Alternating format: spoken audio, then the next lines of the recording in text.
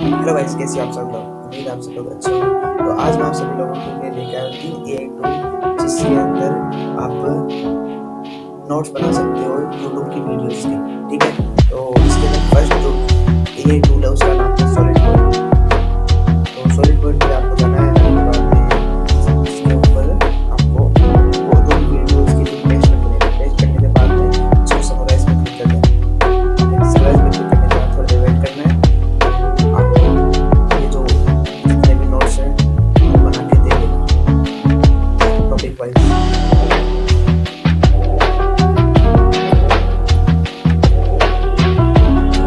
ये लीजिए, आपका बनके रेडी हो गया है। ठीक है, ऐसे आप किसी वीडियो के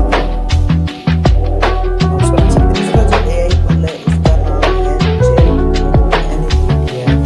इसके अंदर आपको वीडियोस को अपलोड करना है। अपलोड करने के बाद में इसमें आपको क्वेश्चन पूछने हैं, ये आपको पूरा क्वेश्चन एक्सप्लेन करेगा।